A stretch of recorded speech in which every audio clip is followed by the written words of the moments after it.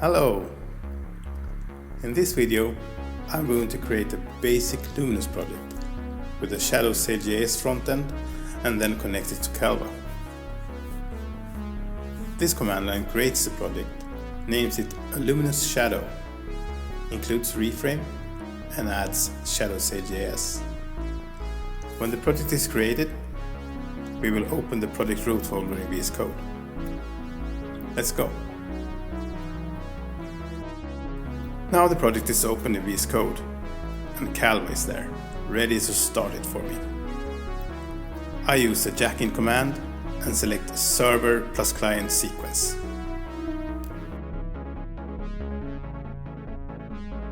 This will start the Luminus server application with either nREPL dependencies injected and give Calva an nREPL server to connect to.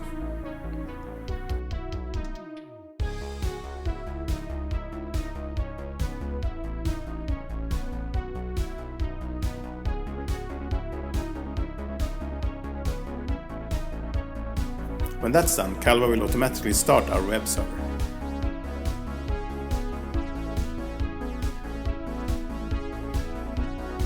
If I access its web page now, it will tell me to start a shadow-cljs watcher. This is already underway, however. Shadow-cljs is compiling the ClojureScript application and spawning its REPL. We can follow that process in the jack-in terminal in VS Code.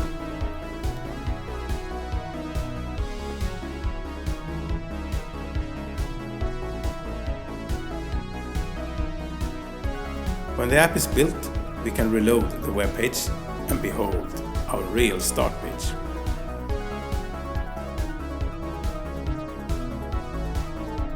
Let's confirm that Shadow is watching our files and hot reloading changes.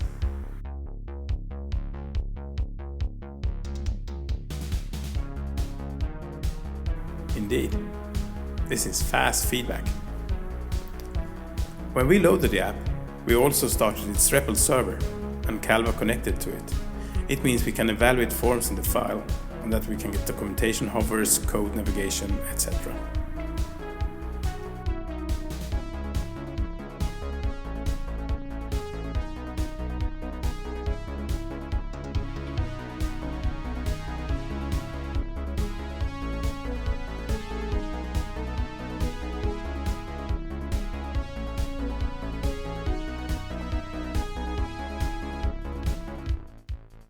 We have full access to the running web app. We also have full access to the running Clojure application. I'm not going to show that here, but we can look at the pre-configured commands the project has for starting, stopping and restarting the app.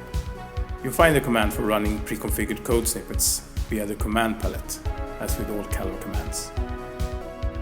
Now the server is indeed stopped.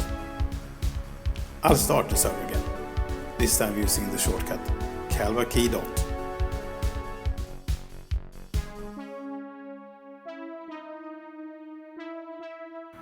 And the server is running. I hope you will want to try this out yourself. Thanks for watching.